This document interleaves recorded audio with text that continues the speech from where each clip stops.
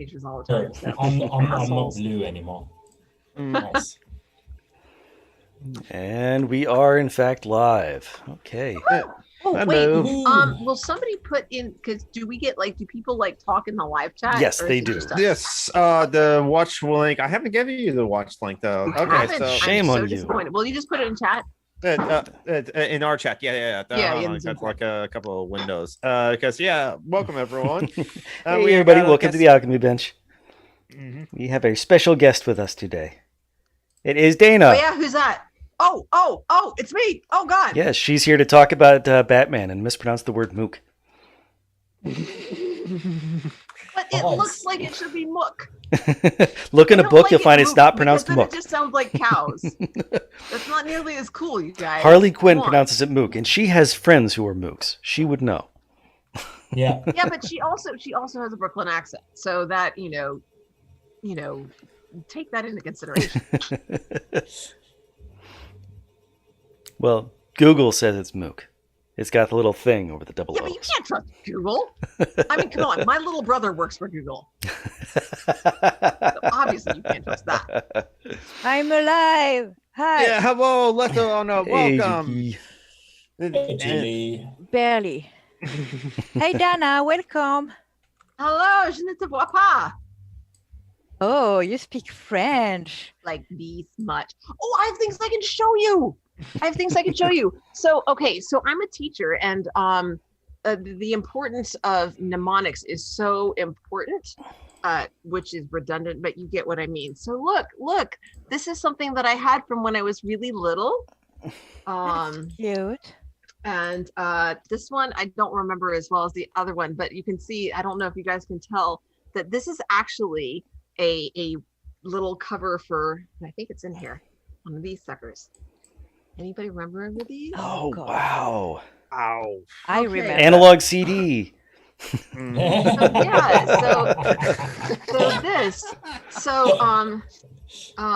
Let me see, where is it? Yeah, like these I learned these songs as like sounds before I knew what like some of it. David s'en va vers ses frères. I'm like, okay, so it's called David et Goliath. And I'm like, okay, I know what that is. But yes, then that's some the of them, biblical thing. yeah, they're little like little storytelling and believe in God type things. And but then there's this one, and I can just, y a des moments dans la vie où l'on n'est pas content. C'est pour nous que Jésus a dit, déchargez-vous de tous vos soucis, sachez que je vous contente. John is going to be jealous. You And I'm better like- than him at French. So now I'm like, so I took French in high school. I got this when I was like 6. And I'm like, okay, so some of these That's words, very like, cute. I figured out, like, moment, moments, that's kind of, Yeah. and It's the same word than in English. though. yeah, exactly. And Jesus has an accent on it, but I can figure that sucker out. And like, that's it. That's all I could figure out when I was little. I'm like, okay, so it's a song and it's kind of cute. And then when I, after I'd had French in high school, I was able to figure some of it out. There's still some of it that I'm not entirely sure of, that I'd have to guess about. But at the same time, like, it's like there, it's in there. I know it. And it's because it's music and it tells a little bit of a story. And, the importance of art and music as a teacher, the importance of art and music and narrative and all of those sorts of things that are like, well, how's that going to help you get a job? I'm like, we don't fully, we know, like in our gut, we know that these things are important, even if we can't necessarily quantify it. Yeah. But we know that these things are important. And I just like, that's one of my, why do I remember this? I don't remember, like Yeah, I my lost my English eyeliner for like teacher- 2 weeks because I didn't remember that it was literally, guys, I Yeah, found it today. yeah. It was right here. My on English desk. teacher made us learn songs by Pink Floyd. Nice. Yeah, Exactly. so Which brings was it back like around to education. 12. I was 11 or 12, and because that's when we take a second language, usually English, because it's how do you call that? Convenient. Yeah. Oh, that's yes. I very much mean, so. I mean, I regretted in the year and a half I took German, I did not bring my Rammstein CD to the class. No, Yeah. KMFDM. No, not just that, but also if you're not watching the videos and getting the pyrotechnics, you're missing out. True. Yep. Yeah. You really are. The concerts are oh my god! I saw them live like 15 years ago, 20 years ago. I don't remember when they came. Hey, Steve's in the chat. To Are they Nice. still- Oh, are they- hi, Steve. Are they still going to be doing concerts? I don't know, but I Yeah. tell you, it was 20 years ago. So I saw them it live, was for and they the- had this boat. yeah, it was when Mutter came out, and so on stage they had that giant vagina. Oh yeah, I remember I was talking Was about it a giant that vagina word. or a giant vulva? Be clear. Ah, I mean, that's look an at important that distinction right precision. there. Love That it. was both because they came out of the door. That was the vagina. It was Okay, yeah, that very that funny. explains it. very, controversial, of course. Of course. So Because But you see, know the how thing is- bros are in metal bros can be very misogynistic. Fair enough. I was thinking know. like, conservatives and stuff. I'm like, do conservatives pay any attention to Rammstein? No. I was like, okay, no, the dude metal bros guys were, aren't yeah, that. yeah, fair Well, enough. I mean, the conservatives would have back in the 80s. They would have tried to cancel them because, metal. Yeah, there are conservatives that like metal, though, but usually Yeah. not Rammstein. And there are That's- fascists who listen to punk. Yeah, And Rage Against the Machine. I love the air quotes there. Mhm. And Gotta I mean, have the Paul quotes. Ryan is a fan of Rage Against the Machine as well. Oh yeah, yeah. They that was never that, listen to that's the amazing. lyrics though, Mhm. because you have to not listen to. Or deliberately the- misinterpret them, like when Yes. Yeah, they, their lyrics are pretty clear. There's no place for interpretation. They say "fuck the police" word for word. Yeah, pretty much. But like they think the machine that they're raging against is the toaster. no, Ice cream They machine. think it's like their parents Yeah, and exactly. the authority figures that wouldn't let them do what they wanted when They were think it's the little. PC police they're up against, not the real police. Oh, Yeah, sweet no, Jesus. that's capitalism they're against. True. Yeah, They, exactly. they are very Yeah, clear. They have obviously. always And- been very clear on that. Yeah, and colonialism. I mean, it's very clear. I mean, they have like E and they have the initials for the Zapatistas on along their shirts in the music video. So we're as well as like Tom Morello is like a member of the IWW and will wear the IWW baseball cap. So it's their politics is very clear, and they all agree politically. They don't the difference. Shut up, David. The Sorry. disagreements that they have. I They just- I hadn't told David to shut up yet. Oh, okay, yeah. So David Scott's our friend in the chat, and we'll say He's puns. speaking foreign languages.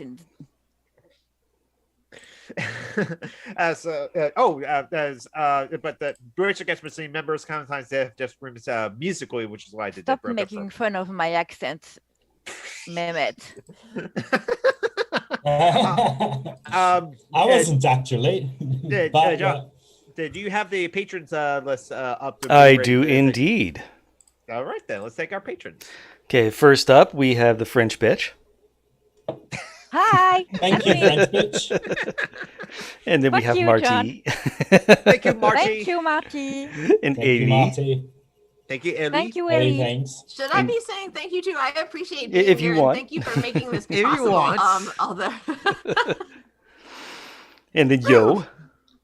Thank you, Thank you, Yo, who's Yo. the same Joe from Joe McClory from the Patreon Mm-hmm. hangout. And He's Mylin. here. Thank you, Mylin. Thank you, Marlene. I'm yelling because she's my housemate and she's in the Other room. Next room next to mine. Yeah. Then we got a couple of fuckboys. Oh, that's me Thank and you, Mehmet. fuckboy. And then Tim. Thank you, Tim. who is always late, so he's not here Oh, yet. Tim. Yeah. Hello. And finally Von Reck. Thank you, Thank Von you, Rack. Von Rek. You're gay. Why the hell do you give us money? But thank you anyways. Yeah. Because look at what we do. We just hear a chat and sometimes we bring a friend on. Hello, Dana. Oh, hey, Joe. So- Yep. Dana, you're a friend of Steve's. You're the one who's making him watch Firefly and read Ursula K. Le Guin, yes? Yes. Ursula K. Le Guin, yes. The Dispossessed. Yes. That's good. You're cutting in and out, so I missed a lot of what you said. You're making Steve watch Firefly and read Ursula I'm K. Le cutting Guin. in and out. Your Firefly and read The Dispossessed. Mm-hmm. And it says my internet is unstable, so I apologize if I'm cutting in and out for everybody else. That's why you froze. I thought you was watching Firefly if you watched Star Trek. Deep Space Nine. Yeah, so we do. So I haven't seen DS9. Oh, he hasn't watched Firefly. I think he'd watched a couple of episodes, and I'd actually watched that's what a couple episodes. Very but good. then I also it was like, you have to read this book because it's so good. For The Dispossessed.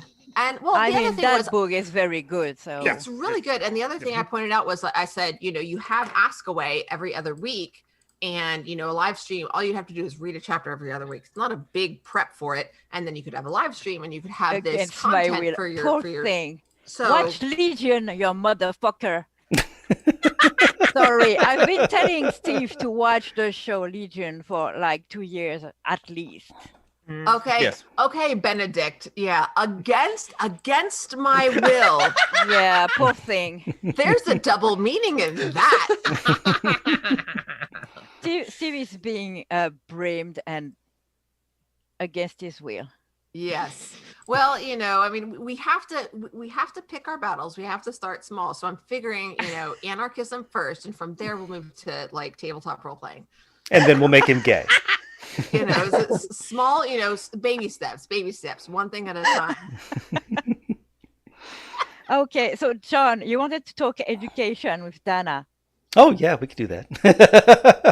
Well, given We'll that try. she's not going to be here for long. Yes. Well, not the 2 hours you'll be here. Go I'll ahead try and really hard not to just like. I will try hard to take my to wait my turn. No, feel free to go on a rant. Oh, I mean, Boy! yeah, I will no tell you all no the one things. waits their turn. yeah. Especially not women. You can talk all you want. Cut Yes. off the boys. They Woman's talk plain. enough Go in nuts. real life. We'll give you the floor. Yeah, absolutely. We kind of have to. We live in a patriarchy, or for us, we feel we have to, because we live in a patriarchy, give the women a chance to You speak. have to. So you have to do. Okay. So this. Have any of you played Star Wars: The Old Republic? No, No. my friend wants I me did. to. I played Coach I Wars. did. Okay, so let me tell you a thing. So I played the smuggler character. The first character, so one of the things that was neat about this MMO was that you got companion characters, and as a smuggler, the Yep. first character And that you got, can fuck them. Well, some of them. some of them. Thankfully, Which thankfully, MMO is Skadge, that? The Old Skadge Republic. was not on that list. And Oh, let me Old tell you, Republic. even if he had been on that list, he would not have been. Skadge was on the Space This Guy list. Anyway, so as the smuggler, the first character that you get is Corso Riggs. Yeah, I know. I played a guy smuggler actually. Oh, well, let me tell you, there's some lovely slash fic out there with male smuggler and Corso. It's Oh. nice. So Corso is very much intended as like So there's the everybody link. who lives around here, like loves their guns, very much, freewheeling, wants to run their own place. He has a Ronto ranch, or his parents did before they were killed by the Seps. David in the chat is calling us nerds. Yes, No we are shit, totally, David. Shut up, yeah. David. I am totally a nerd. Thank you for recognizing that. He I am knows. flattered.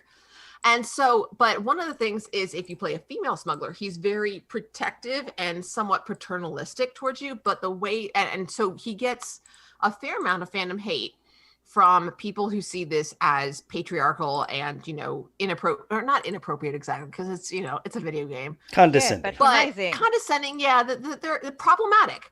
Yeah. But at the same time, what I'm seeing it as is that he is not it starts with a C, not charismatic, chivalrous. He's chivalrous. Yes. But the idea isn't because he's paternalistic, it's because he's recognized that even in this futuristic society, Star Wars, where things are supposedly equal, they actually aren't.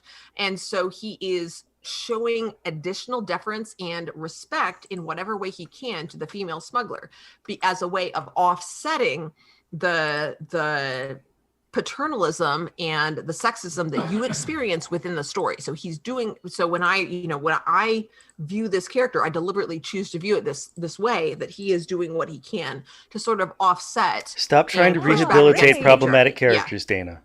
Okay, I mean, oh my Pardon? god. Problematic characters are problematic. Stop trying to rehabilitate them with headcanon. God. I'm not trying to rehabilitate. No. This is not headcanon. This is like years of fanfic. But there's also, there's also an important, there are important conversations to be had about, like, Snape. Snape is definitely a problematic character, and as a teacher, Snape sucks. As a teacher, Snape Severus bothers Snape. me. Yes. Oh, Harry Potter guy. Yes. Yeah, Harry Potter guy. Yes, is a crazy. But no, he was in There's love. definitely, I don't care if he was in love or Fuck not. He had no himself. right. He had no right to treat children that way. There's nothing. No, he that was a justifies piece that of shit. whatsoever. Yeah. So He's a there's, definite piece but at of the shit. same time, I also recognize as a teacher that I've never been able to find the GIF, but it crossed my Tumblr feed, and I wish I'd saved it, and I didn't. And that it's one of my few regrets in life. He's not the Him worst walking teacher they into had, with but the robe billowing behind him, and the text across the bottom of the GIF says, "Sit down and shut the goddamn hell up." And I'm like, there are days that I feel like that, but you know what I don't do? I don't say that. But I do, but I teach college. You don't. He's teaching 10-year-olds. You don't treat children that way. It's Not even a not little bit. okay. It's not okay. Nothing makes that okay. I don't care. It does not matter if you were abused. He was Nothing. what's basically a metaphor for Nazis. He was a Nazi that stopped being Nazi, quote unquote, because his boss killed the girl he loved. The boss Not killed his because favorite Jew. Yeah, I not because he thought that it was wrong, that it was actually wrong. Yeah. It was because it was personally, it created a personal problem for him that, oh gosh. And there are conversations to be had about, is it, at what point do we forgive someone? At what point, his sacrifice was, I don't think he had a redemption arc. I'll be honest. When I read the book, I didn't cry when he died, but when I saw the movie, I did, because it was Alan Rickman. Mm-hmm. And Alan Rickman is freaking amazing. Yeah. He fucking is. He made the character. Yeah, it was. He made the character somewhat sympathetic, the way he played it, but I will say I didn't cry when I watched it, so I did, but I'm a didn't crier. either, I kept crying the whole movie. They killed fucking Dobby. Oh my god, I will never get over it. Killing characters people love is good writing. Yes, that is where it's at. When you can make the audience cry, oh god, it's a rush. It's a rush. Ooh. Yeah, too bad she's become what she's become. I don't know about become. Too bad it's a good thing. Yeah, maybe she was always like that. I don't know. Yeah, Also, I think Karen she was Rollins. She has always been like that. I don't think that's something new. She just Dana said, she just showed her true. But no, she had an Asian girl in her books and a black girl. Told me she and her name was she described what's her name, the journalist, the bad woman, the Rita Skeeter. Yeah, Mylene told me she described her in the book in a way very transphobic, like she had a square jaw like a man, and I didn't spot it because I'm cis, but Mylene is trans, so honestly, I'll believe her on that. And I'm not surprised, even though fuck her. Can't they stop talking and ruin everything we love? Like Josh Whedon, can you stop doing stuff? Shut up. That was. I mean, I don't know if you saw last week's Trek Reluctantly, where like the first 20 minutes was me ranting at Steve for having watched both versions of the Justice League movie. Yes. The issue isn't just supporting problematic creators, but Right. specifically supporting mediocre works from mediocre white dudes when there are so many creators out there who aren't given those opportunities. You know, they need to make N.K. Jemisin stuff into like, I mean, fuck Game of Thrones. They should be making her work. Just mediocre. I'm talking about people who used to do good stuff, like Harry and then Potter. It turns out they're abusive assholes. Was good, and everything Joss Whedon I've done. Honestly, I love it all. But shut up, David. I know Lovecraft was a Nazi. No, Lovecraft we all was know pre-Nazi. The good news, what? Isn't he dead? He's dead, right? That's the the good news. He's dead. David's joking. I mean, no, I'm. Yeah, David. Serious. David says stuff like that on purpose, so I can yell on him. He likes that. Yes. Yes. That kind of thing. Not sexually. Yes. No, I didn't mean sexual kink. It's a very platonic sub-dom relationship. Hey, that's acceptable too. If it wasn't, I would get pay. Okay. Yes. You have a cane after all. I mean, he keeps sending me money, but Yay! It's just because he's nice. Because the truth is, we are practical and we do live in a capitalist society. As much as we may want to change that, and we may be working to change. Oh, that, I'm going to change that. Yeah. It's silly not to. It would be silly to pretend that wasn't the case. Oh, right. Especially since I'm disabled and I don't work and I can't work and I don't qualify for a disability pension because you can stand up for 5 seconds at a time. Yes, my illness is fake. I'm just in pain, Well, pain doesn't count. 24 hours a day. No, but it's a girl's illness. Fibromyalgia is fake. Okay. And pain isn't visible. Pain is not inspirational in the way that not having legs is. Yep. Oh yes, that's right. Yep. We are not. Hey, you heard of that? The armless, legless woman that swam across the English Channel? Okay, sure. Why can't you do your dishes? Some people don't have the spoons. No, but people always say stuff like that when you have depression or chronic pain or stuff like that. They say, "Why can't you do any mundane stuff?" That woman who has no arms crossed the channel swimming. You're like, go cross the channel swimming. I don't give a fuck. Well, but here's the thing. Here's the thing, though. Even if you could, they wouldn't care because I know. They would just raise the bar. Make money. No. But that doesn't make money for capitalists, and that's where that's where the focus is. If you're not making money for an employer, then it's not real work. You know what I mean? What we're doing here, this isn't real work. Right. We're not making an excess money and getting that taken from us by somebody else, by investors and employers. Yeah, and God forbid you like what you do because you shouldn't ask for salary. What's your dream job? Why do I dream of occupation? It's so weird that we are conditioned. I didn't know until like they're on this. That's how I call it, Mithril. Don't you call it the channel?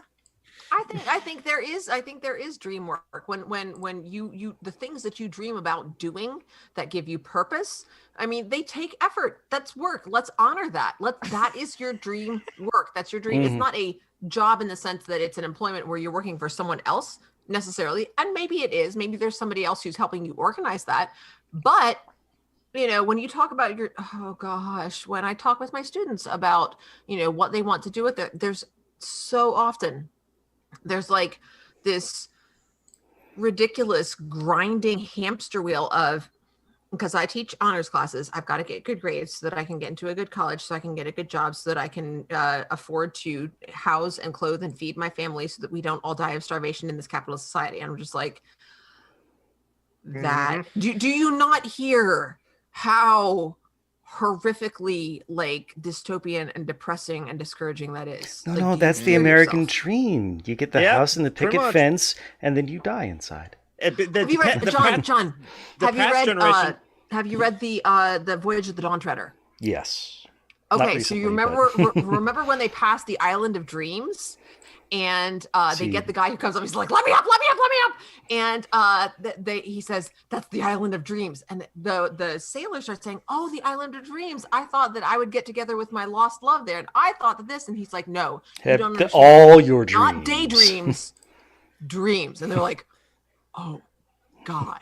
And they start getting away from there as fast as you can. That's what the American dream is. Oh my goodness. Well, the American dream is a dream because the only time it's real is when you're asleep. The American dream is just a lie that's been sold to us by. True, yeah. A little bit, yeah. A lot. But like, the American dream is just a very profitable lie. Yeah, then this generation now has to worry about getting the good job. It probably worked for. I mean, for a very brief period there in the 50s when, there was a social safety net that was, and really high taxes on the rich. Yes. Yeah. Exactly. The golden 30. 94%. And I mean, and it works for some people if you're lucky and or privileged and or both. Mm-hmm. Yeah. Because I mean, I've had a couple of instances where people are saying, you need to be aware of some of the risks that you're taking and that you may lose everything. And like literally my boss told me that I was taking some professional risks, and I was very careful about telling her. I simply told her that I was aware of the risks and I had decided that they were worth it. But what risks? I didn't say to her was, no, we wouldn't lose everything because, both I'm married and my husband and I both have family who will support us as needed. Now, like we have no concerns in that we could lose the house and we'd be okay. We could both lose our jobs, lose the house. We would be okay. We have people who care about us, who would care for us. Not everybody has that. I don't talk about that a lot online because I know so many of my friends don't, and associates, they don't have that. And so I kind of, it is my privilege. And I sort of push for, the idea of chosen family and of taking care of each other in part because not everybody has that. And, it's, expanding my worldview to become more aware of that like, I mean, like with me, the way that I grew up, like that was just, you care for each other. Like I get along with my family. There is literally siblings, parents, all my grandparents are dead, but them, cousins, aunts, uncles, there's nobody that I don't get along with. And like, I understand how much of an anomaly that makes me, but I have that support network and not everybody does. And it like everybody should have a support network that's that strong, even if it's not necessarily blood relations. It totally doesn't have to be. We should have that kind of support network that if things don't work out the way that you planned, because they ain't gonna, sometimes they're not gonna, that you should be able to be not only okay, but comfortable. We have that kind of prosperity in this nation, in the world. We have the resources, for God's sake. Oh, yes. But it's just about distribution. We just, Yeah, it's hoarded. Yep, and the people at the top that don't have the political will to change or do anything about that either. They're more focused on getting the vote. Well, they have the will to oppose changes. Yes, if they want to get the vote to the white moderates. Your country is it's the American exception, and I don't mean that in a good way. There's fuckery going on in your country that I'm still not over, like gerrymandering, like yes, lobbying, like lobbying. Oh my God, lobbying. I mean, legalized corruption. It's amazing. The campaign finance system in America is just like legal bribery. No, but to talk about something current, the guy who outlawed giving water to people who Georgia. Oh no, that's hi guys, that's me. That's me. Oh God, I'm sorry. My condolences. No. Okay, sorry. So I'm gonna take some time and I'm gonna talk about that. So here is what I'm proposing. What to do in response to let's eat the motherfucker. The voter suppression, essentially the voter suppression bill. First of all, this gives us an opportunity to talk about the importance of, because having a government ID, having state ID is helpful in other situations. So what we can do is provide assistance and support to organizations that already exist that help people obtain state ID. So that's important. And this, we can use this bill, we can use this momentum that we have right now to draw attention to this, to the fact that people need state ID and they don't have it. And so we can actually provide something for people that is useful that they wouldn't otherwise have, not just for voting, but for obtaining social services and other things as well. So that actually, you mean stealing from decent, hard-working people? Shut up, John. No. Second, don't respond to him. Second, I'm just telling him no. Second, kind of an ass. We can also. There are organizations that arrange for transportation to your voting location, because there are going to be fewer drop boxes, and they're also going to be cut off. What are the stops to getting a state ID? Is it money? Do you have to pay for it? You do. Not in some cases. Like, oh my God. You don't. You don't have to. Like, there is a fee, but if you can demonstrate that you are not able to meet that need, you don't have to pay it. But at the same time, but you have to jump through the hoop. You have to jump through the hoops and fill out the paperwork. And these organizations would help with that. These organizations would help with that. And so that's why it's important to support and provide help to that. They just moved the goalpost again. And exactly. So the they have the power to do so. So I don't know how. The third thing is to use this as political fodder, because what Republicans in Wisconsin found out when they were pushing back against when they were doing things to make it harder to vote, people started coming out more, because it went viral essentially. And it wasn't just the media that was promoting it, but more people came out to vote because the Republicans made it harder to vote. And so the legislators who had passed bills ended up losing their seats. And so, we can sort of use this to encourage people to run against the people who supported these bills that make it harder to vote. It should be an opportunity, but also an obligation. There should be that sense of, we will do everything that we can in our power to make sure that your voice is heard. The other thing that Steve says, so many of you, free state issue the IDs are better than forcing people to pay for them, but the better solution is to just not require people to show ID in the first place. Where everybody else can come into play, because the Constitution allows Congress to set guidelines for federal elections. Now, it doesn't allow them to set guidelines for state and local elections. Your country is complicated. But what we could, because there is that bureaucracy, once you have a system in place, it tends to be used for more than one type of election, because you've already got the system there. Why not continue to use it? That's the inertia of bureaucracy. So if we can have the sense of that you don't, you need to, yes, you do need to prove who you are in some way, but it doesn't have to be this particular form of identification, and that we can do that. If we can have people who aren't from Georgia can contact your federal legislators and say, hey, look at what Georgia's doing. This isn't okay.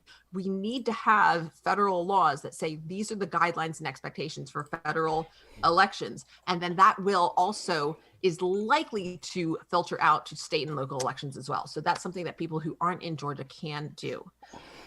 Okay, so those are my notes.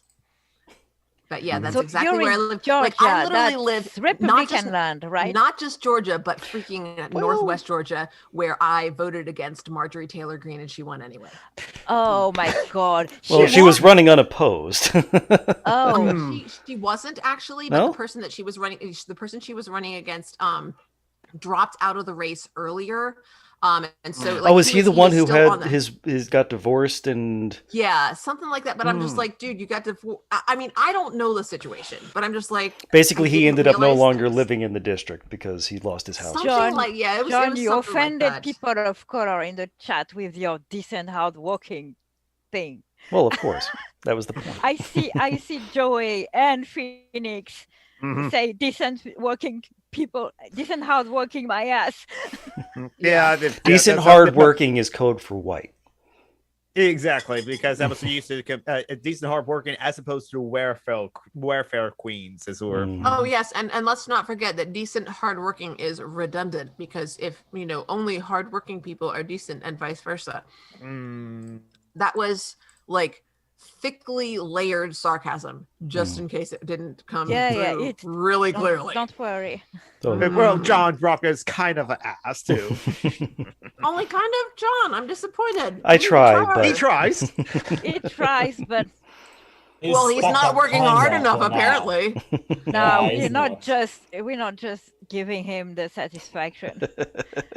he just needs to pick himself up. Oh yes, I did once call you an ass because you bad-mouthed cats. Well, I don't have bootstraps, so I'm going to show off a little bit here. I have Croc straps.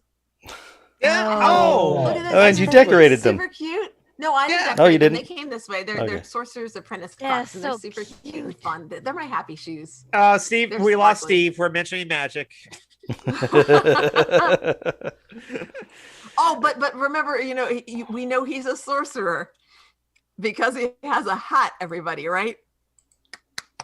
Oh. So that's a Is little that in-joke the kind of hat? that's an in-joke from Bucky and the Falcon and Winter Soldier. I haven't seen that show. Oh, Is it episode 2? I haven't seen that one yet. One little reference, and I'm just I kind of don't want to see that. Where Sam says, "Wizards are just sorcerers without hats." Oh yeah. And I'm just like, oh my god, I love you so much. I love Sam. I don't so have much, Disney Plus, so.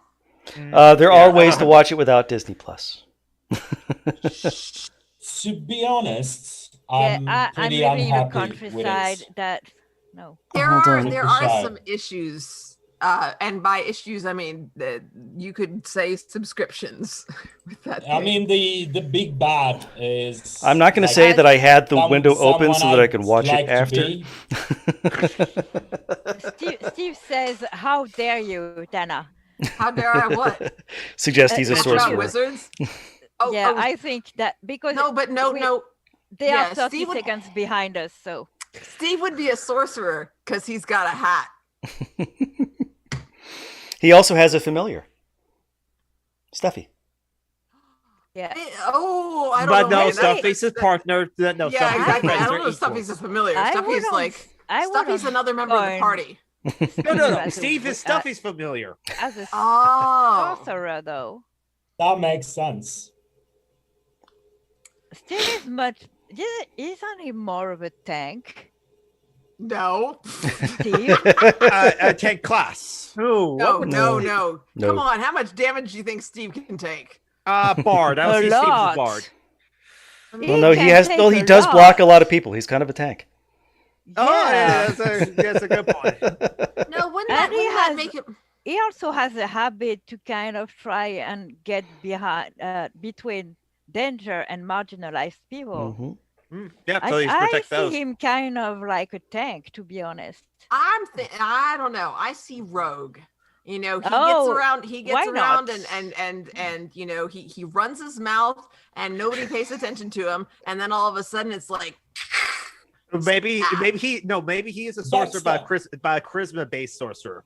What do you mean no one pays attention to him? Have you seen the internet about Steve Shives? They're still complaining that he blocks people. Losing his shit about him since the beginning 2005 of internet. Yeah. Since he's said, maybe atheism could use feminism. They really should. They are very compatible. That was the start of it all. But yeah. Yeah, how dare you say such heresy? How dare we? Yeah, that needs to be like the new thing. How dare we be atheists and feminist? Well, I got to say, he's totally Hufflepuff. Yeah. Hufflepuff is the good house. Oh, absolutely. But Slytherin are bullies, Gryffindor are popular bullies, Ravenclaw are nerd bullies, Hufflepuff are the good people. Okay, so yeah, but Gryffindors are the one that run their mouths all the time. Yep. There's that. See, so the thing is, and a little brash and a little, Exactly. Hufflepuff, they're not good at sports. They're not good at, they're not rich. They're not, they're not good. They're not, they're not good at school, but why they're not. It's because all the parties happen in Hufflepuff. They're the party house, I'm telling you. Canon accepted. And yeah. And I will say Steve is incredibly loyal. So there's that. But now Stuffy is Hufflepuff. I tend to think of Steve is Gryffindor, Stuffy is Hufflepuff. Millicent is Slytherin. The Husky supremacy, yeah. Shut up, Steve. Husky supremacy. I just shut up, Steve, okay? No, I'm Gryffindor because I'm the protagonist of the story, not the one in the boring background characters on the nurse. Oh, Steve, you'd like to think so, wouldn't you? Phoenix. Friend. You are too, Dana. I am too what? Ravenclaw. No. I'm Hufflepuff, 100%. 100%. Really? Badgers forever. Oh yeah. I coined you for a nerd. Okay, so I'm absolutely a nerd, but I am the biggest. My loyalty and integrity. If you come up against my friends, I will absolutely make certain that you understand what a mistake that was, and it won't ever happen again. And so I haven't taken that test to see which house I am. What would be my house? You? Me. Well, you're a weeb. Yes. Which makes you a lot like Luna Lovegood. Yeah, you're Ravenclaw. Yeah, you're one Ravenclaw of mine. because you're highly idealistic. Yes. And highly theoretical. You have ideas. But you're also like tens of thousands of dollars in debt supporting your friends. Yeah. Yes, 20,000. Really? My credit cards are about at that Stop level. it! Yes. For I know. fuck's sake. I know. I should. You're not used to your friends if you're bankrupt. So Random Geek, I will also point out that what you're paying is mostly interest, which is you're just giving money to banks. I'm just saying. I love you for helping. I know who you're helping, and I love them. So well, yeah, I get DMs. Yes, but no, stop indebting yourself. Yes, well, when they DM me for like, hey, I'm going to the groceries tomorrow, can you help me a little bit? And I say, sure. And I'm going to get paid next week. You're not the only one who can help. A wild Tom has appeared. Hey, Tom. Hey, Tom. Hey. Hello, old person. Not yet. I need to. We can hear you. I can sort of hear you. Not talking a whole lot. I think it's using your headset mic instead of your regular mic. No, I just I confused myself. I started too quick, and I was listening to the broadcast audio, and everything was too late, and I wasn't there, and it was a fucking mess. And I need to. I've been listening, and I've been listening for a while, and I haven't wanted to join in because you guys know shit, and I don't. But that's important. No, but that literally does not matter, because if you don't know things and other people know things, then you can ask questions, and questions are a vital part of any such a conversation. teacher. He does know but then I won't look like a competent person. And well, that doesn't matter. You don't have to be a competent person. You have value, regardless of how competent or incompetent you are. That does not matter. And I'm all right. He's from a different era. He's a matter, boomer. but you are. Stop it. All right. Well, all right. Also, fuck your landlord. What's that? Also, fuck your landlord. Yes, fuck all landlords, every single one, whether they're good or bad. Yes, fuck me. You. Yes. But not literally. No, right. You don't know where they've been. I mean, I don't know. Yeah, I don't. I know where I've been. I can fuck me. That's a good point. I don't Especially agree with since Mal I have a lot. dildo arriving next week. Oh, there you go. Oh yeah. Congratulations. Hey, that's that's confusing to me now. Oh, right. Okay, Mylan sorry. ordered you one, right? Friend, that's right. Your friend's like, I'm buying dildo. Do you want one? Yeah. Friendship goals. It's the best achievement ever when your friend asks you if you need a dildo because she's ordering one for herself. All right.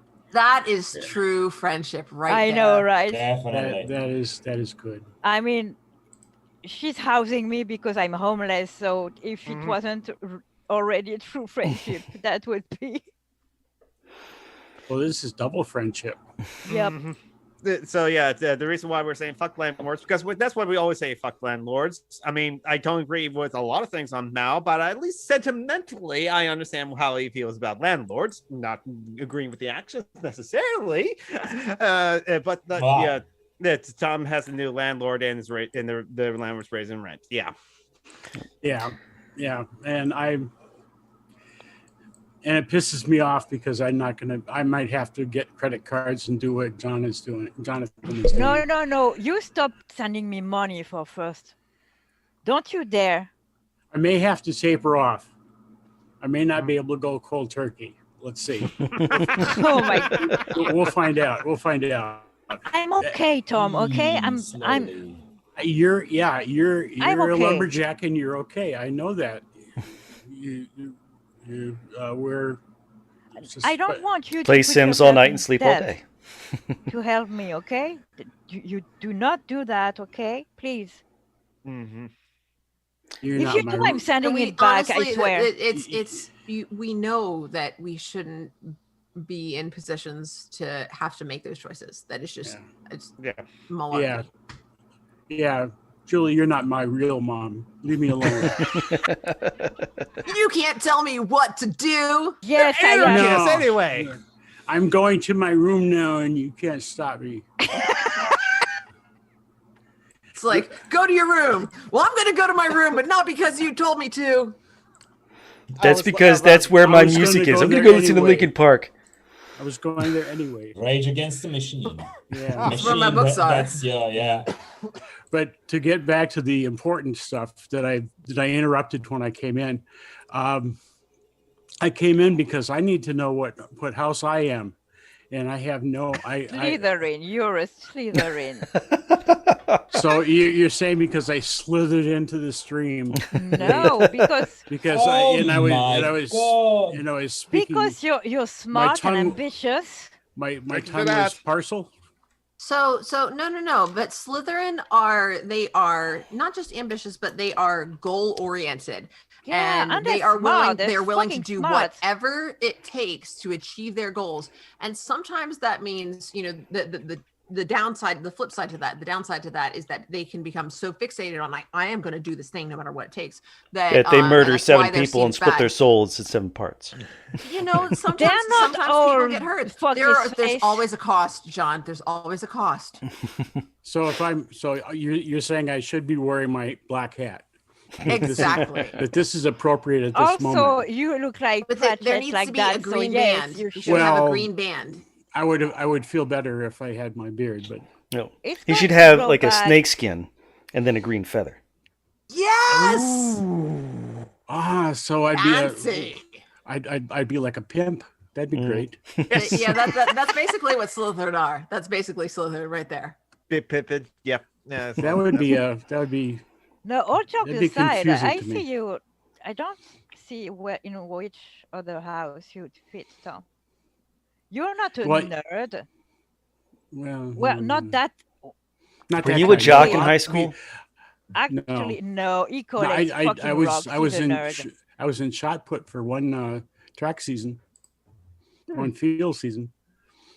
I did very poorly, but I did learn how to throw a shot put. Yes, but did you throw it at someone?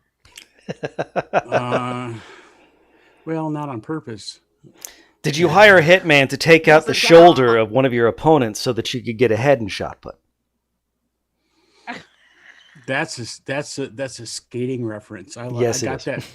I got the skating reference. Oh, is that Tanya what's Harding? Her name? Tanya. Well, technically her boyfriend, but yeah. Yeah.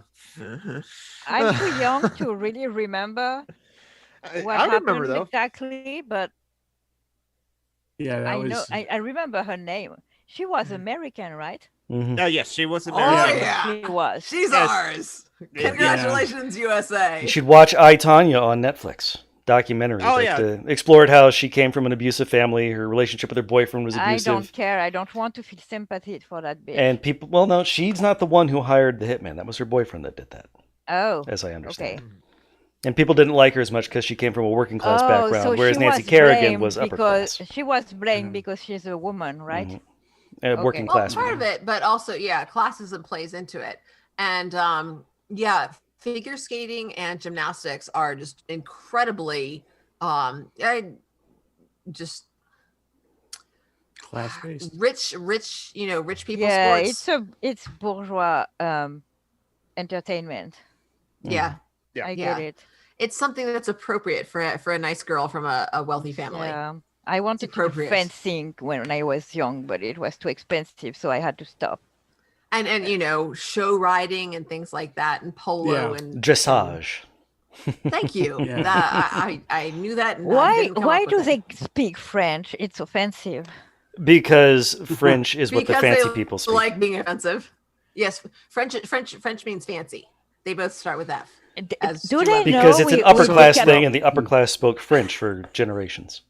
Do they know 1066? We beheaded our ruling class? Oh yeah, they just they say, see, that's why revolution's bad. Look what happened. But culture comes from Paris. That's where fashion comes from. Oh my God, dog shit comes from Paris. Culture. Do they eat it? But the culture only with the correct kind of wine. If it came from Paris, they probably would. Yeah, with the good wine. You fry it in butter inside the shell. It would be sautéed, and it would be served as a pâté on a very small cracker. Oh my God. They eat snails, so maybe. No. Snails are fair.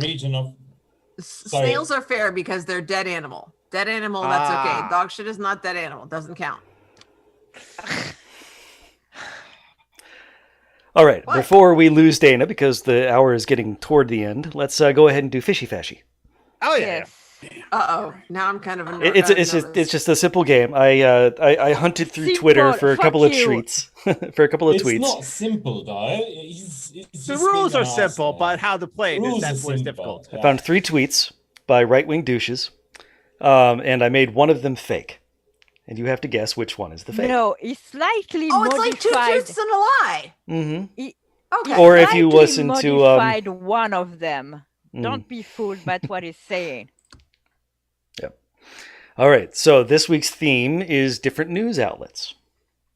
Oh God! Thank God we are not getting Sargon of Akkad again. So first up is One America News. Oh boy. One American News says that Wisconsin has opened an investigation of the 2020 election after emails revealed a Zuckerberg scheme.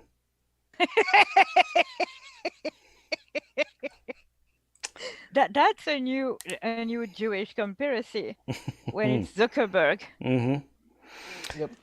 Next up, we have WorldNet Daily, which is celebrating that it is now a criminal offense to enter England without proper screening.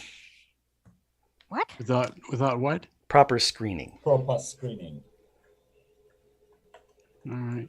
Is it? So you need to have like aluminum screens? No. These iron screens. You have to pass through the proper checkpoints. Yes. And Breitbart News is attacking Biden over immigration, specifically because a 9-year-old girl died crossing the Rio Grande. Crossing the Rio Grande before she got into the country? Mm-hmm. The whole family was in serious trouble. The mother and the younger sister made it. The older sister did not. And they're using this to attack Biden over immigration. I hope that's a fake one because that's sad. So are the older sister, the younger sister and the mom in the concentration camps now? Probably. In cages. That's wonderful. So, One American News says Wisconsin is opening an investigation because of a Zuckerberg scheme. WorldNet Daily says it's illegal to enter England And Breitbart is attacking Biden over immigration. Mine for One American News. Yeah, you're the guest, so you get to go first. I have to go first. I'm saying One American News is the fake one. One American News. All right. So what did they say? That's the Wisconsin one. Wisconsin opens an investigation. That they're investigating the election because of a Zuckerberg scheme. Zuckerberg. That's my favorite. All right. So is that the one you're going with, Shuli? Yeah, it's the funniest. All right. And Tom? At least painful. Shit. I'm going for the fourth story, apparently. There's only 3. Yeah. Damn it. Goddamn. Twice in a row. This is embarrassing. In front of company. The second, what was the second one? Illegal to enter England. Okay. Without proper screening. Yeah. Oh, okay. Yeah, the aluminum screening one. Okay. I want I want that one. All because it's the most boring of them all. Because the dice say so. Because I said so. Oh, we're rolling dice. We lost Steve. All right, and Matt. Steve was. I'm torn between the first one and the third one.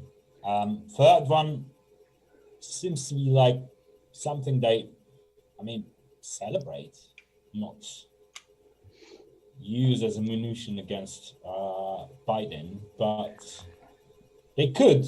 And the first one is funnier, so I'm going to go with the first one. All right. The first one is hilarious, honestly. Yeah. And Jonathan. Yeah. You know what? There's a chance that you're going to the sweep bus because I'm going with the second one. No one choosing the third one because the third one's sad. Okay. But I do think the third one is real, actually. Okay, so you all agree about the third one. Breitbart News. Breitbart News' tweet says, still think it's not a real crisis, Biden administration. And then the headline is, 9-year-old migrant girl drowns while crossing border into Texas. I'm surprised they didn't call her a 9-year-old illegal, honestly. Mm-hmm. But this one is real. Because in this case, they want to portray her sympathetically, so that they can use that against Biden. Hence, the first response is from someone named Rose. What a preventable tragedy. The death of this child is on the entire administration, but they don't care. They are heartless and soulless. Our country is in a very dark time right now. Oh, woe is I. Yeah, I've been reading. Because they really care. I'm sorry. Maybe they do. I don't think that they do. No, they don't care about the people. They care about the optics. I've been reading an awful lot of folks that on the right are sounding an awful lot like the folks on the left. 4 months ago. That just broke my hypocrisy meter.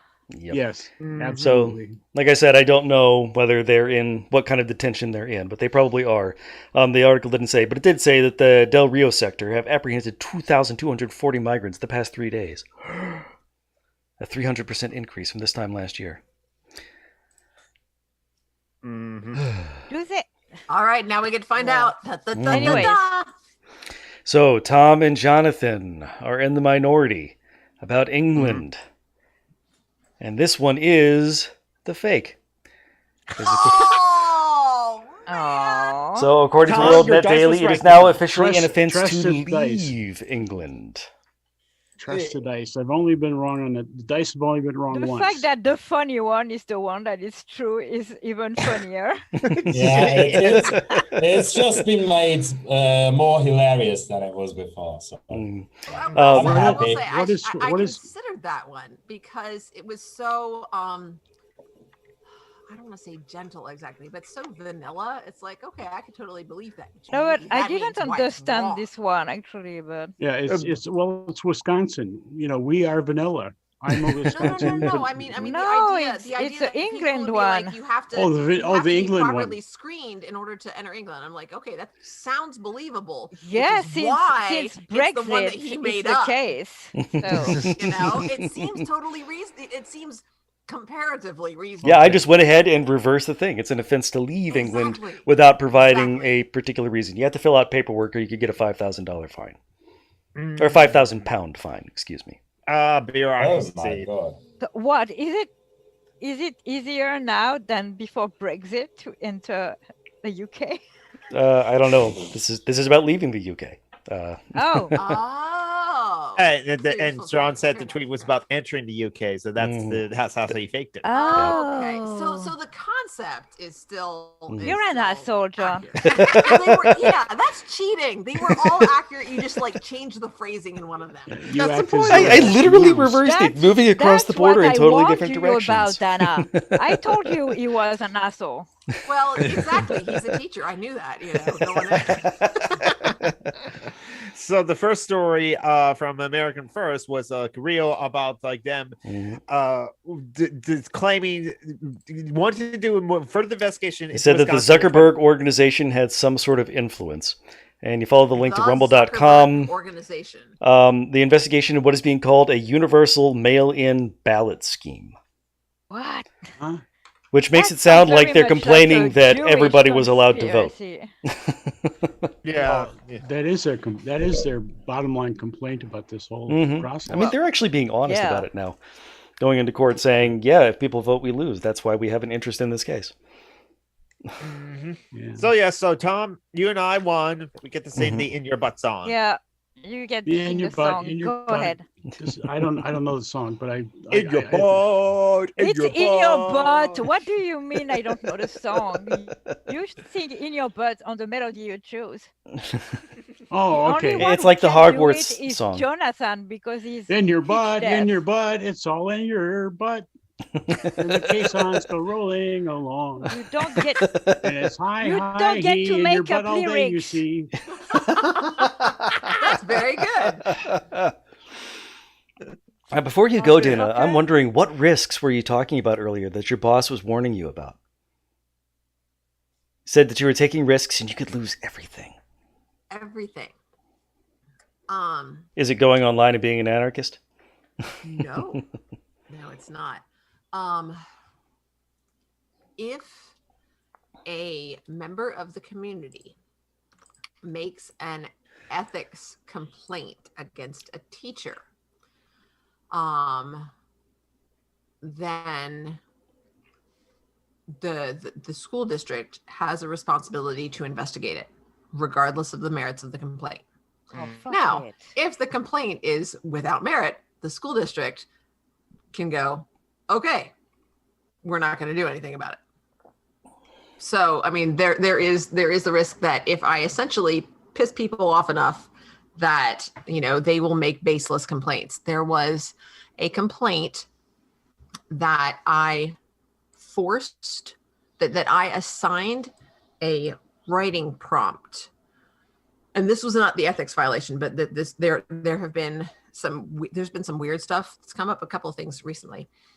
There was either a parent or someone who called in on behalf of a parent or something about me assigning a writing prompt to ask students to write what they thought, their thoughts on police brutality toward Black people, and that they were concerned that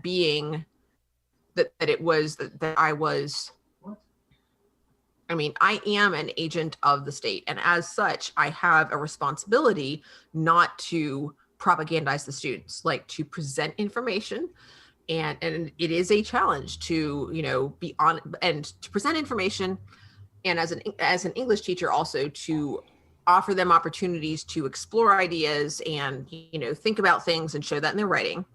And then also as a teacher, you are supposed to be authentic, but in an appropriate way. So there's lots of potential for problems there. And apparently define appropriate. Ha ha ha! Exactly. They pay you very well, so I think Oh my God. So I mean, it is, and honestly, that's one of the challenges that I enjoy is like it's not about how much can I push the issue. It's like I'm more approaching it from the sense of if you push hard at somebody, Random Geek, I talked about this yesterday, I think, that when I'm talking with my students, I don't want to necessarily be confrontational, because then that shuts doors, that puts up those walls, and that discourages them from thinking about things. So when we're talking about potentially controversial topics, I want to model listening, not to respond, but to understand. And I talk with them about that. I don't just model it. I say, this is what I want you to do when we're having these sorts of conversations. Now, we haven't had in class discussions because of COVID and because half the students are online and it doesn't sync up well. But when we would have like in-class discussions whenever, back when everybody was in class, I would say the students would ask me, well, when we would finish one of those, they'd go, well, when do we get to have a debate? And I'm like,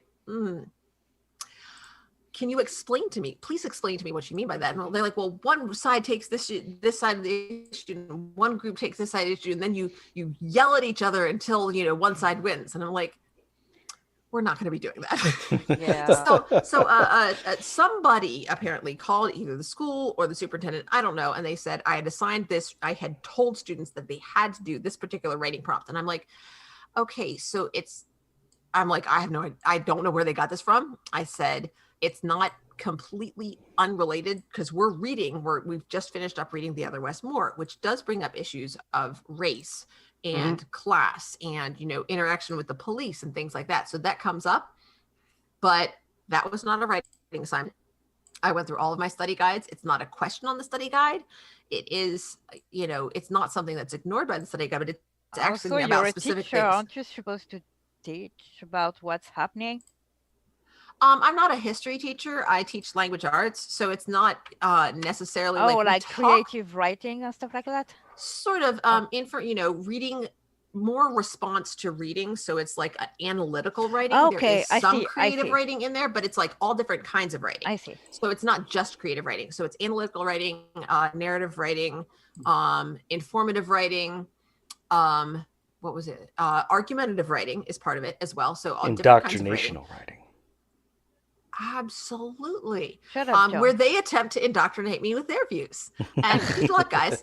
So those elements do come into play, so the principal asked me, she's like, did anybody write anything like that? I'm like, I've got 70 students and we've had, I don't know how many individual questions that they've answered. I said, look, nothing that stood out to me, nothing that sent off warning bells somewhere, but I said, it's, and especially if you're getting this from a member of the community who heard about it from a parent, who heard about it from a student, there may be some wires crossed there, but essentially that's kind of, yeah, that's where that's call it like that. It's that's right. Yeah. So we're working against those sorts of habits.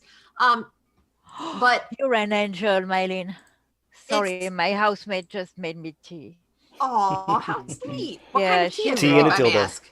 It's cheese tea. Yep. I tell you, friendship goes. It really is. So, she talked about how, they have to investigate things like this, but, if it's time to be baseless, it's not a big deal, but be aware that, you're taking risks. And I'm just like, oh my goodness gracious. So that's sort of. Here I thought you were doing something evil or revolutionary or both. Yeah, you're just a teacher with it. You don't see, I could get away with doing evil revolutionary stuff if I was a coach. No, A successful coach. That's not appropriate. And it's not true either. Oh, it's sports teacher, right? Yeah. Yes, exactly. I have the evil woman in Glee. Yes. So I mean, I do. love You that can't get away actress. with anything as a coach, but you can get away with an awful lot. A lot.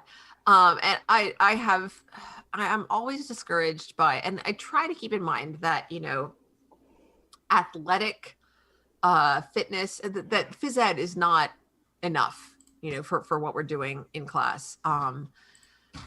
Physical education should be more of a thing, but then voluntary, like extracurricular participation in sports, it's extracurricular. Not everybody gets to do it. It doesn't happen during the school day. Students whose parents don't have transportation or work hours where they can't pick them up and drop them off, they don't get to participate. And so it's, teach them to make Molotov cocktails. Oh, there are classes. No, that's chemistry. There. That's my subject. Oh, there you go. And so teach them to run after they make Molotov cocktails. I have issues with school sports because not everybody gets to participate.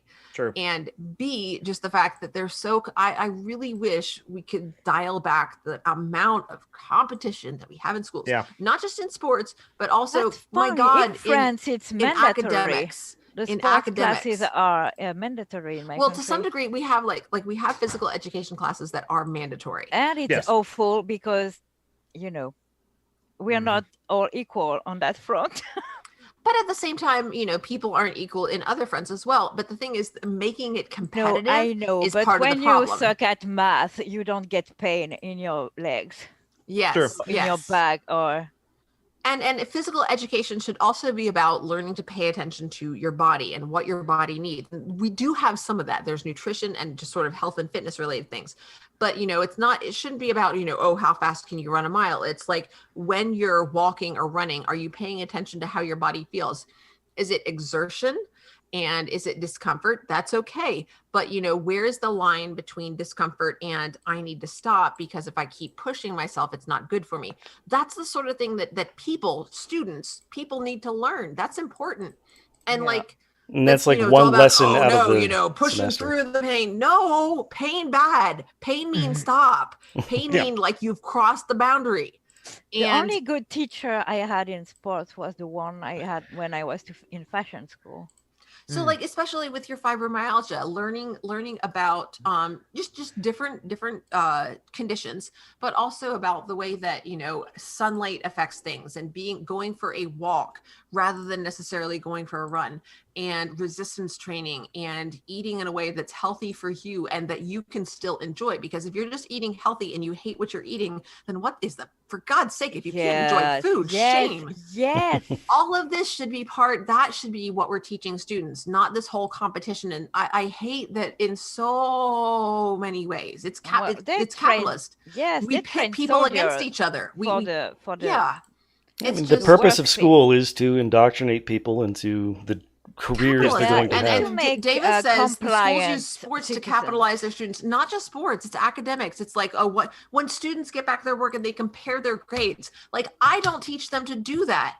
That's our society that has taught them to do that. And what I want them to do is to look at their work and look at the grades they got on previous work and look at what they've done in their previous work. How have you learned? How have you improved? So it's not just the whole. I am very competitive, but I make deliberate choices to limit that competition. Not competitive. Oh God, I'm so competitive. I deliberately pull back from that because it's game mode, but I don't care. I'm always killed because I'm too slow because of my hands, and I don't care. Well, yeah, but I didn't say I was good. I just said I'm competitive. There's a big difference there. So when you lose, you're pissed. Oh, the whole way through, I'm stressed. Okay, I'm stressed because I want to win. That's I don't my like point. that. I don't give a shit about winning. Oh, I'm yeah, really okay losing. I don't care. I learned to not care, though. I just want to collect all the What Pokemon. Indigenous Heretic says, competition between compatriots should be more limited and cooperation should be elevated. Yes, cooperation should be supported and encouraged much more than it is. Urgh. If it was, we wouldn't be compliant little soldiers when we enter the workforce. Yeah. And not just compliant. The reason that people are compliant when they enter the workforce is because they're afraid. They have something to lose. They have debt that's weighing them down. Ugh. In your country, yes, not in mine. But we're educated about the same way. Mm-hmm. It's the Western model. It's based on the Greeks and the whole Aristotelian model of the teacher asking questions and saying here's why you're wrong. Dude was an asshole. John. That's our legacy. That's why we're assholes, because of freaking Aristotle. Aristotle and Kaiser Wilhelm. That is a really good buck pass. I love that. That is very intellectual and historical, and people. Darn it, Aristotle! All right, I'm gonna skedaddle and finish my lunch that is sitting here. Well, I'm gonna skedaddle too because we changed time today, and it's 9 p.m. for me, and I'm fucking exhausted. Oh my!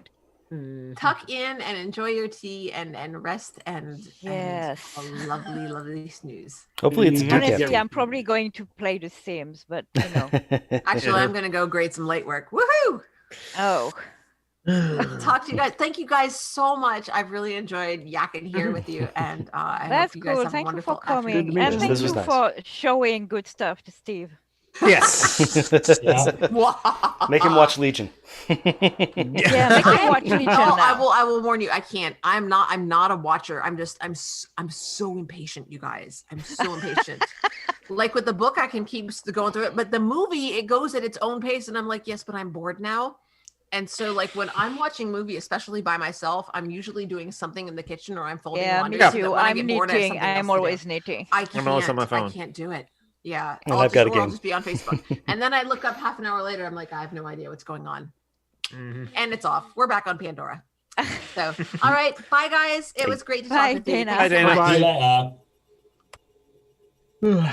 Okay, I'm going to tell you goodbye too. So, Right. Bye, I Shirley. love you, my boys, and my unicorn, Dick. And I love you, my chat. I don't have my teeth on, so I'm doing old woman kisses. All right. Just like a mom too. Like Nanny Og. Oh, Steve says I'll watch Legion before I die, I promise. I'm only saying that because you will like it. Also, that kitty is very dapper, John. Yes, a dapper kitty. Goodbye, babes. Goodbye. See you later. Bye, Julie. Bye-bye. So now it's just the four of us. What else is like? Oh, you know what? Another tragedy happened in Boulders, Colorado. Another mass shooting. And 7 another one days. in Virginia Beach. There's think. another one in Virginia Beach. Mm-hmm. Oh, When did that happen? Just the other day, I think. what was that about? It's happening. I don't know. It's happening so frequently that we're just like, oh, and another one happened, and it's just like, yeah. The pandemic is apparently subsiding in people's minds, and so they're feeling 2 dead to and go 8 and get wounded. Late Friday night. Yep. Was So that there where were 10 3 people separate shot? shooting incidents. Okay. Was that where 10 people were shot and 2 died? No, no. 10 people shot and 2 died was in Boulder, Colorado, And 10 people shot and 2 died in no, Virginia no, Beach no, as no. well. Boulder was 10 people were killed. Yes, 10 people were killed and more injured in Boulder, Colorado. Yeah. There were Yeah. 3 separate shootings at Virginia Beach on Friday night. Yep, this is the normal people want to get back to mass shootings in America. And Republicans saying this is not the time, and the NRA coming out. Actually, the NRA came out like the day before the Boulder, Colorado shooting, came out and said that they were celebrating the fact that Colorado had taken away the waiting period for handguns. And or take for the kind of gun that was actually finally used in the shooting, and then like a day or two later, that class of gun was used in the Boulder shooting, and I think they're scrambling now to figure out how they are not the assholes. Ruger AR-556 pistol and a semi-automatic handgun, 9mm. Ruger, what 5? A Ruger AR-556. Oh, so it's an AR. AR just means that means armor-light rifle. How is it a pistol? Well, there are.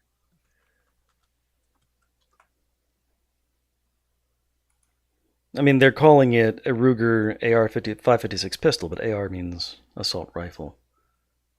Yeah. There are pistol models of ARs and of AKs.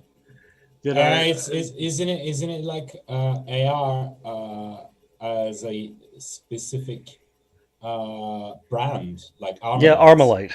Yeah. Yeah. Okay. Well, also the AR that means assault rifle should be different from AR that means Armalite. Yeah. Okay. Yeah, because this is made by Ruger, not by Armalite. Yeah. Oh, then that kind of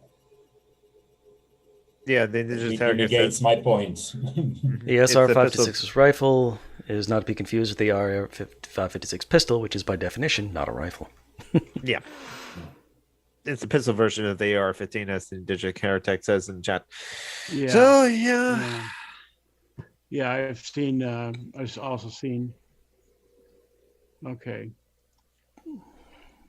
Let me.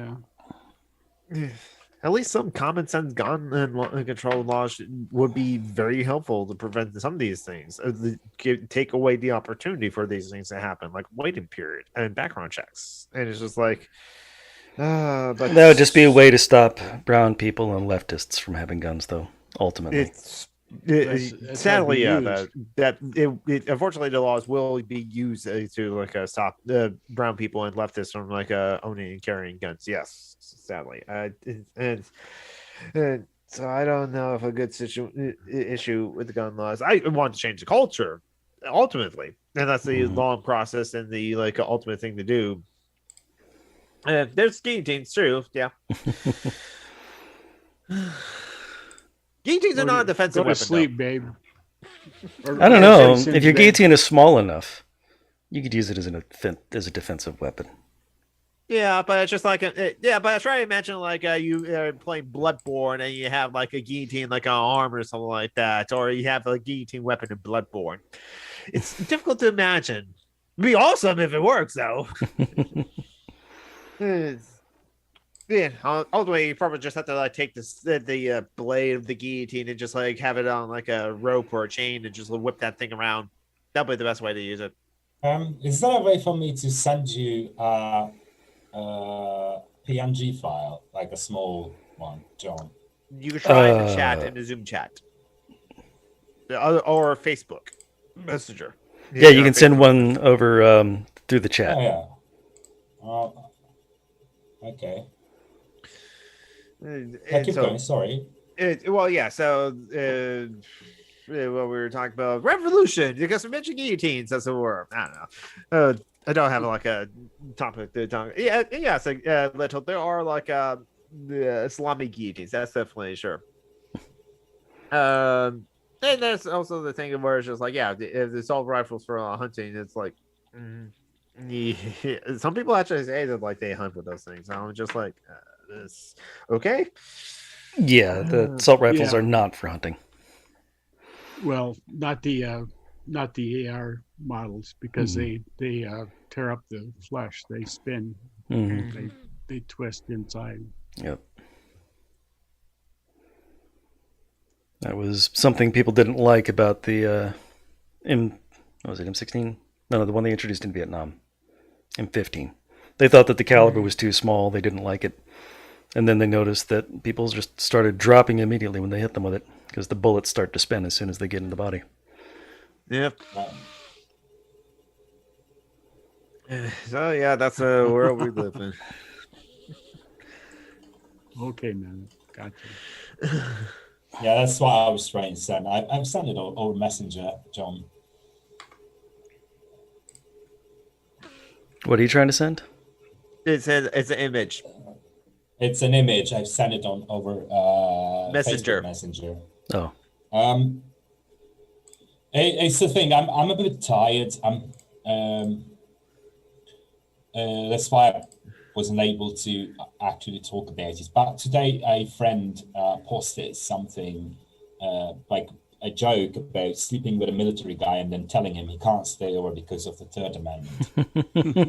And it's my reply was like this: see, our founding fathers didn't want you to be all cuddly and mushy. That's the intent, which is the same energy as a second treated these days. It's like the way people are like, our founding fathers wanted us to have guns, and you have a gun that fires. Founding fathers wanted us to own brown people too. So yeah, I mean, there is that too. And it's like, yeah. And again, I watched this like a liberal say, it's like, hey, even if I've ranted about that before. Maybe we already ranted it on this show before. It's just like they think like, no, this process needs to be like slow because that's how the founding fathers intended. The founding fathers also like were slave owners that didn't want the mob of the landless peasants. They would be able to vote and have power to vote to say the tyranny of the majority was the tyranny of poor people. that's the mob as like the people was on us, and people defend the state and defend like our system because like they fear the mob rule, as it were. And Yeah. Some people do actually express this to me. It's just like I just have an inherent mistrust about like my neighbors or my the people in the news. Like even my friends, sure, family members, some of them, but like everyone else, no, I don't trust those people. Hence why they need for the state and police. And it's just like I can't imagine a better world without that, unfortunately. And women, they want to. Yeah, David has a good idea here that we should get Carl Gustav. That would be a wonderful. We should have those. I think that if we carried a Carl Gustav, a few Carl Gustavs into the U.S. Capitol, do you think that Trump would tell us that we just wanted to hug and kiss the police? Oh, we're very fine people. Yeah. Yeah. I mean, we could pass as very fine people until I speak, for instance. Yeah, until you speak. Yeah. Yeah. Well, I could pass for a lot longer because I could bring my Boy Scout ribbons and things like that, and it would be. Yeah. And then I'd bring out to Carl Gustav, and that would embarrass them. That was and funny enough, like actually I thought Setback History, Tristan Johnson's like latest video was weapons for the race war, how the right was able to hold rocket launchers and get a hold of that. And that was a very fascinating history. I just posted a link here to Setback History's video right into the chat. Was that yesterday or the day before that he posted? The day before, yeah. Okay. That he I saw that. I didn't is it fun to watch? It's Tristan Johnson tries to like. Interesting. Not. It's definitely interesting. Yeah. Not fun, I suppose. When you think, Tristan Johnson's good. Good people. Yeah, Tristan Johnson. Yeah, Tristan Johnson's a narco-communist as well. And I was about to say, trying to insult my boy like that, calling him an ANCAP. And yeah, that was a slip of the tongue. Yes. ANCAP. That word again.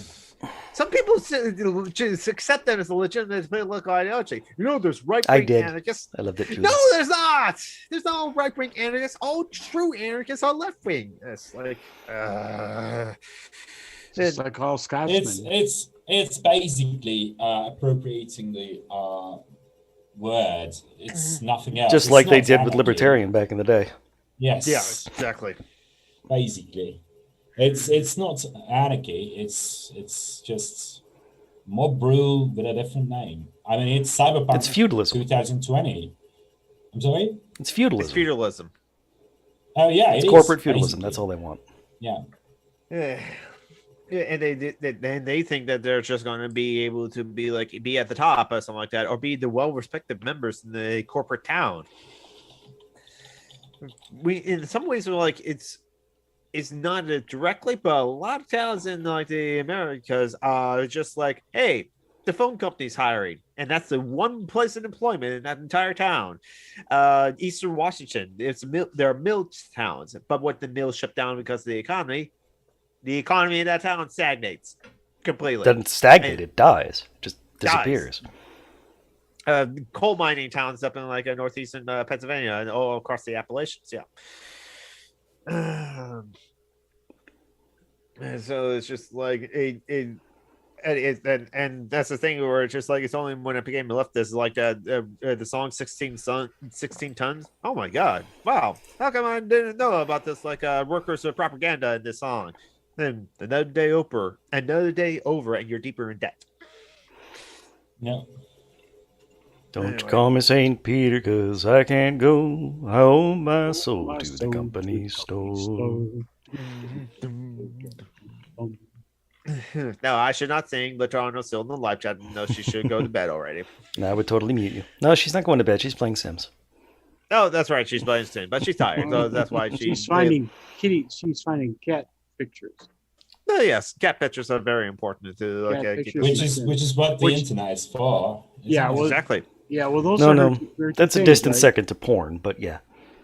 Kitties and well, for Julia's kitties and Sims, as I recall. That's right. She has her priorities, and they're in order, and they're good. So I shared just a friendly reminder that like there's still children in cages, and despite what like the press secretary of Biden's administration said, it's like no, we have to reopen those former facilities that were used by the Trump administration because we have to social distance. You don't want like a kids to like cram together in like cages, sleep on the floors and during COVID, do you? But yet there are pictures of them actually doing that. And yes, right wingers are using it to attack Biden because, like, but they frame it as like it's terrible to look at how many immigrants are coming into our country because a lot of immigrants coming to the country will threaten the white Christian male power structure of the United States that these guys are defending. But still, it's a problem with like the Biden administration that we all know that he said that like when the immigration activist was saying, will you stop all deportations? He said no. And when they pressed it on it, he said, vote for Trump. So yeah, and immigration is not a high priority for Biden. Anyway, he said that in a private meeting or private like conversation, like offhand.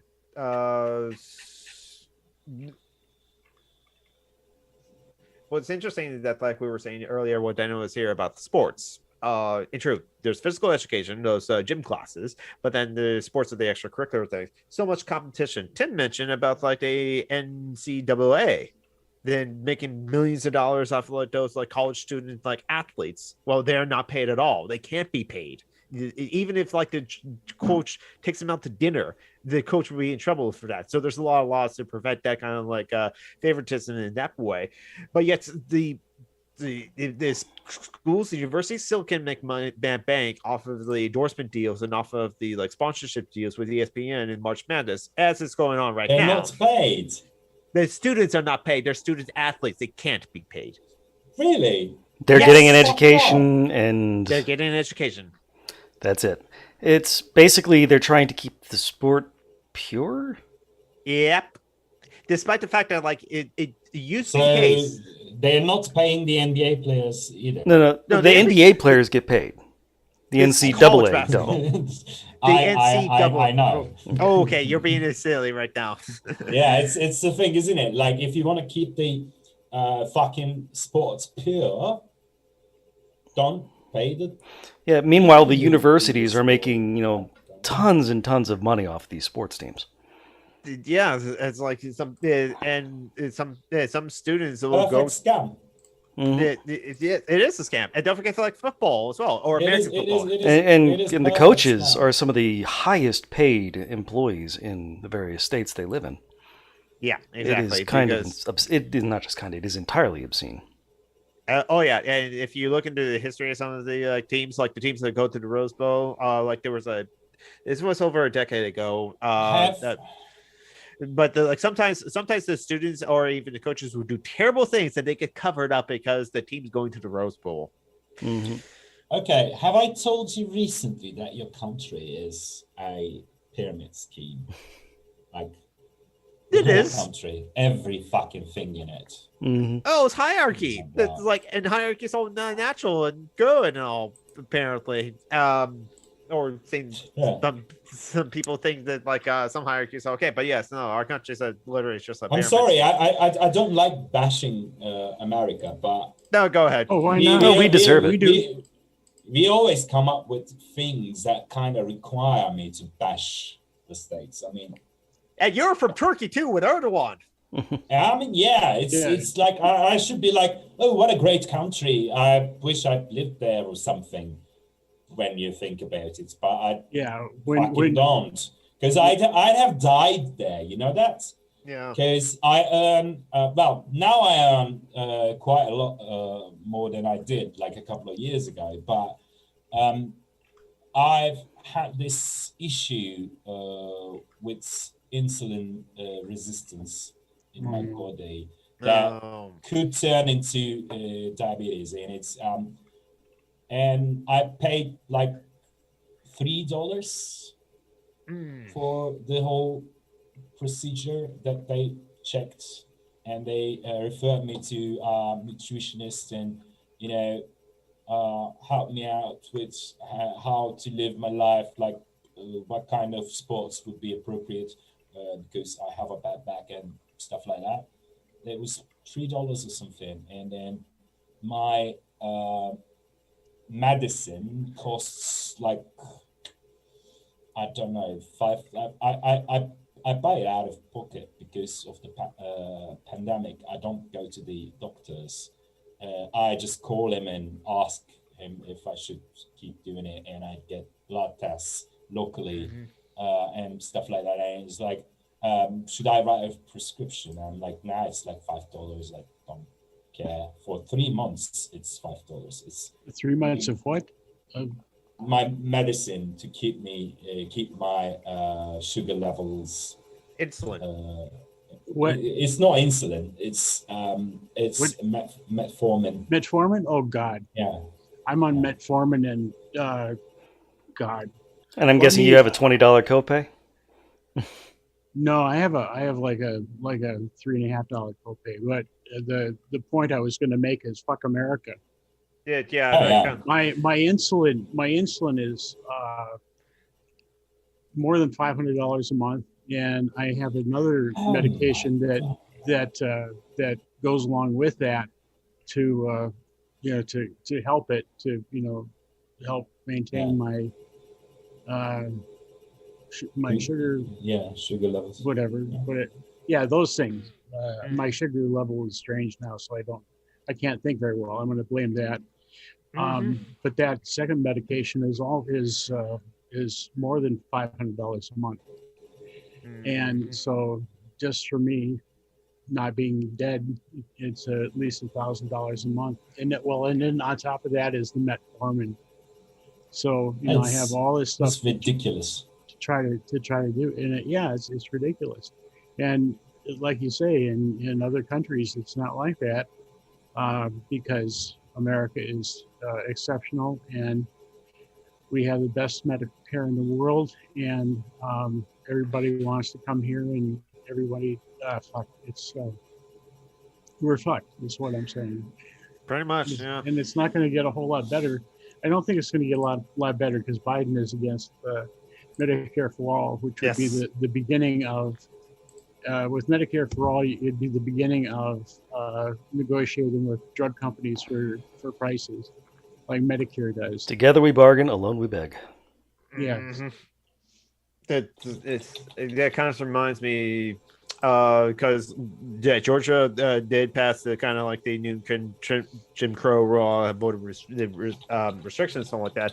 Yeah. And Lindsey Graham is very upset that we called it Jim Crow. He thinks that's racist. I mean, it's mostly intended to stop Democrats from voting. It's not his fault that brown people mostly vote for Democrats. Okay, I mean, it's just okay. It's a coincidence somehow. It's just a coincidence that neo-Nazis love the Republican Party. It's a coincidence. Oh, I did share like a article from The Hill. Jim Clyburn, Democrat from South Carolina, said that Democrats are going to run in 2020 on the COVID-19 relief bill. You mean 2022? 2022, the midterms, yes. Yeah. And it's just like, you're going to run on that? That's it? There's one good thing that they have done? You're going to run on that? And now if you pass the second one, they can like run on both of them. They're also working on a voting bill. They've got a bunch of stuff in the works that they may or may not be able to get past Joe Manchin. HR1 now SR1 is a good bill. Yes, they should pass that.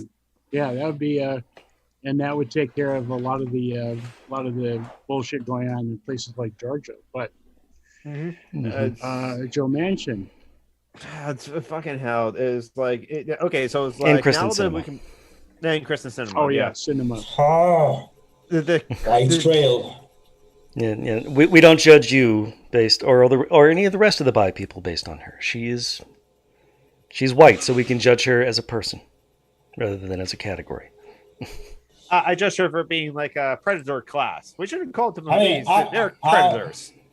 I mean, it's like what was her name? That right-wing woman Marjorie Taylor Greene.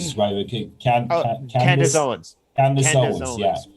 It's like that. It's like you are marginalized in a lot of ways, and you find yourself voting against the interests of the marginalized. I can't really reconcile with this idea. It's so freaking shit. I mean, and it hurts me with cinema because I was happy that she got elected. I was like, I was like, yay, I'm being represented. And she wants it. Yeah, exactly. Yeah. But also, it's like the Senate. She was supposed to go this, like, or this. Sorry, Buddy cries. It's a joke among bisexuals. Like, are you a finger guns bi or awkward thumbs up bi? And usually you get both because we can't choose between two options. So yeah, you do both. Yeah. That was a joke. Sorry about that. I know it's no problem. Obscure. That's fine. Yeah. So like, I stole these words from Conrad and posted it on my Facebook. But I'll summarize it. It's like the best explanation is like the Democrats don't want to have power. Because once they got a slim majority in the Senate, as well as like still have majority in the House, they still want to play by the rules and play with partisanship. Maybe because they're afraid of having all that power or doing the power grab sort of thing. Because if they really, really, really want to actually rule the country as they wanted, in progress, they would have ended the filibuster, be able to Then again, to end the filibuster, they need Joe Manchin's support. So yeah. So basically, instead of being held hostage to the bullshit of Republican horseshit, we're being held hostage to Joe Manchin's Republicans bullshit. Yeah. Yes, Joe Manchin's Republican bullshit. Because rather than running to the left, being pro-union, and fighting for coal miners directly, he's coming at it from fight for the coal miners by supporting the coal mine owners. I see. That's why Joe Biden and Kamala Harris said we're not banning fracking because we're concerned about the workers. And that works in America because like as we had mentioned before already, if we lose our job, we're up shit creek without a paddle. And healthcare is tied to employment here. Then so it'd be more expensive without the healthcare. And so unfortunately that tactic of we need to protect jobs, that the kind of say protect jobs works. Now, okay, yes, Joe Biden has come out in defense of the Amazon the warehouse trying to unionize as well. And Joe Biden. Oh my God! Did you see the Amazon tweet? Oh yeah. They work in excellent conditions. Let's see. Let's see if I can find it. PR propaganda. I'll get some more tea. That requires tea. Or spill the tea. Let's see. No, how is this not the top hit on Google? Because somebody said something about Google's employees. Or not Google, but Amazon's employees having to piss in bottles.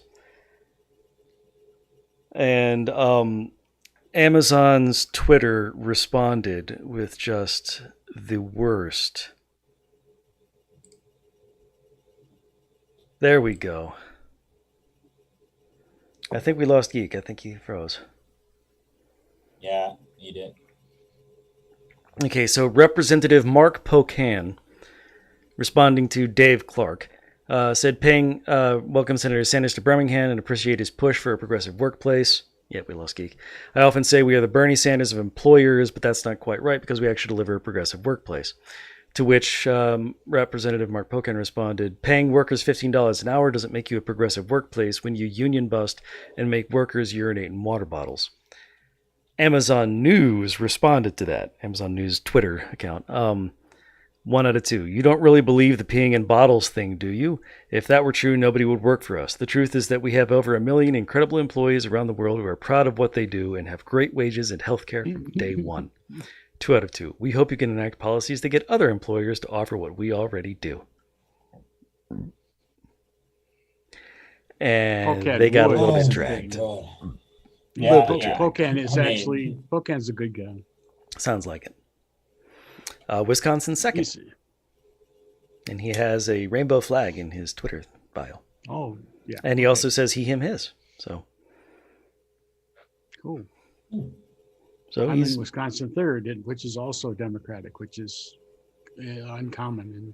So how the fuck did you all get Scott? What's his name? Scott Wilson? Walker. Scott Walker. Because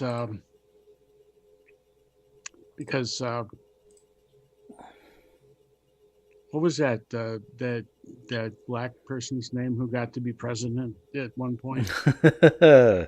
Jesse Barack Lee Peterson. Yeah, well, Jesse Lee Peterson would, they would love him. He wears a cowboy hat. Love him. And he's got a lot of fancy medals. Fake Jesse medals. Lee Peterson? No, not. You're thinking of a different person. Maybe. Jesse Lee Peterson is a black right wing. And I think he has a jacket. Religious idiot. I thought he was a former cop and he had a jacket covered with fake medals. Oh no! You're thinking of the cop with the Milwaukee County, not Milwaukee City, Milwaukee County sheriff with the black sheriff with the cowboy hat. I can't remember his name now, but he was an asshole. You let somebody die of not drinking water. Anyway, where was it going? David Clark, yeah. I Okay. I just totally I pulled the white guy thing, confusing two black guys. Well, we confuse black people all the time. Although in this case, they're both from Milwaukee, so I guess signed and justified. Okay. Anyway. Yeah, we got Scott Walker because Obama got elected and white people got scared. Mm-hmm. And that was the what was that? That right wing, that big right wing push at that time. God, my mind is. What do they call it? Bannon? Breitbart? No. The sort of like the Tea Party. The Tea Party, yeah. The 2010 version of moral majority. That's the worst name. I mean, I love tea, and Tea Party almost put me off tea. I mean, yeah. Well, that would be. Remember, originally they were called teabaggers. I mean, until somebody. And actually, with the term teabagging as well, I'm like, after that probably. Tea Party always sounded like a dirty thing to me, like golden shower, or not dirty, but like kinky maybe. It's kind of made me go, ew. Things that make you go, ew. Yes, and now since we're talking about kink, I'm feeling called out, so I'm going to go away. Yeah, and I'm feeling kind of tired myself. So my mind is obviously, what's that word that means not sharp? Dull. All right, so let's go ahead and call it an evening. Yeah, I was about to say I am sleepy and I need to wind down before I go to bed. And you're gonna pull a Julie and look at cat pictures for 2 hours. Yeah, probably. He's gonna fall in love with 3 different women. I'm gonna be up in about 7 hours Oof. to go to work. So A little sleep wouldn't hurt. yeah. All right. Well, it was lovely chatting with you. Glad you guys could stop by. Same. And fuck you, everyone in the chat. And fuck you too. Well, fuck later, both of you. folks. Fuck all of you. Fuck you, Tom. Fuck you And all. fuck you, John. Stay hydrated. I'm- Take your meds. Sleep well. See you later. Bye bye.